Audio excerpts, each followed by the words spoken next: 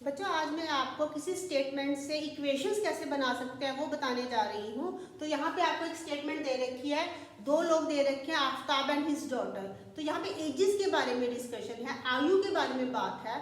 तो इस तरह का कोई भी क्वेश्चन अगर आपको आ जाता है जहाँ पे एजेस की बात हो, क्वेश्चन अगर शुरू करना नहीं आ रहा तो बस एक टिप याद रखो कि क्वेश्चन को आपने जो भी मर्जी क्वेश्चन दे रखा हो, जितने भी पर्सन दे रखे हैं, आप उनकी पहले प्रेजेंट एज कंसिडर कर लो।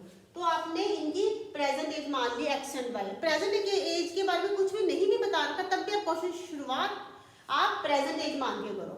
अब उसके बाद वो कह रहा है कि 7 ईयर एगो, 7 साल पहले जो थी आफ्ताब की एज थी वो 7 टाइम्स थी डॉटर की एज से। तो एगो की बात कर रहा है तो मतलब पहले। तो आपने क्या करना है, अगर अब उम्र उसकी एक्स है तो 7 साल पहले कितनी होगी, तो 7 साल पहले उसकी एज होगी एक्स माइनस 7। एगो में आप सब्ट्रैक्ट कर देते हो और डॉटर की क्या हो जाएगी y माइनस 7। मान लो इतना तो आ गया, फिर इक्वेशन नहीं बनानी आ रही तो बिल्कुल सिंपल वे याद रखो, आप जो स्टेटमेंट दे रखी है उसको एज सच लिख लो। मतलब उसने क्या कहा है, एज ऑफ आफ्ताब है वो है 7 टाइम्स, किससे, age of daughter, age of daughter. तो ये एज ऑफ डॉटर है। तो आप यहाँ पे जो मानना था ये वैल्यूज पुट कर दो। एज ऑफ आफ्ताब है x माइनस 7, 7 डॉटर की एज है y माइनस 7। ये चीज ब्रैकेट में ही लिखनी है। अब आप इसको सिंप्लीफाई कर लो, x माइनस 7, तो ये हो जाएगा x minus 7y is equal to minus 49 plus 7। तो जब आप इसको सिंप्लीफाई करोगे बच्चों तो कॉन्स्टेंट टर्म को भी इधर ले आओ तो ये होगी 42 इज इक्वल टू 0। तो जो आधी स्टेटमेंट थी बच्चे उसकी आपकी एक इक्वेशन बन गई है। तो इस इक्वेशन को हम ऊपर लिख लेते हैं, x minus 7 by plus 42 is equal to 0। अब हम जो बाकी की स्टेटमेंट है उससे इक्वेशन बनाते हैं, तो इसको हम इरेज कर लेते हैं।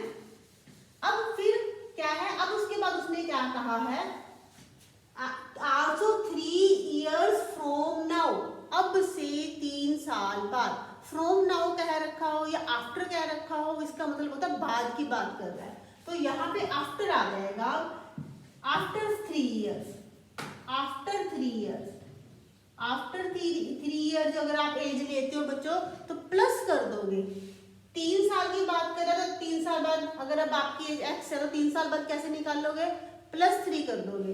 तो ये हो जाएगा y प्लस 3।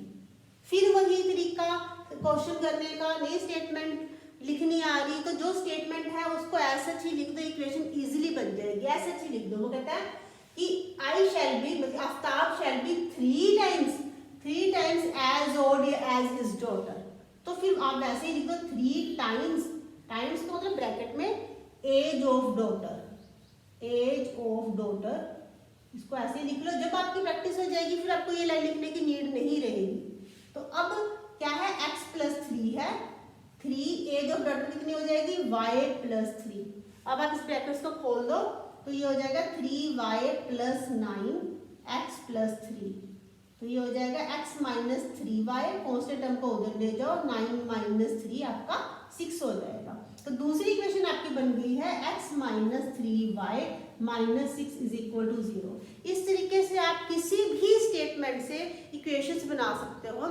इससे फर्दर वीडियोस में मैं इसी एक्सरसाइज 3.1 की आगे की और स्टेटमेंट से आपको इक्वेशंस बनाना सिखाऊंगी बच्चों। ओके बच्चों, बाय।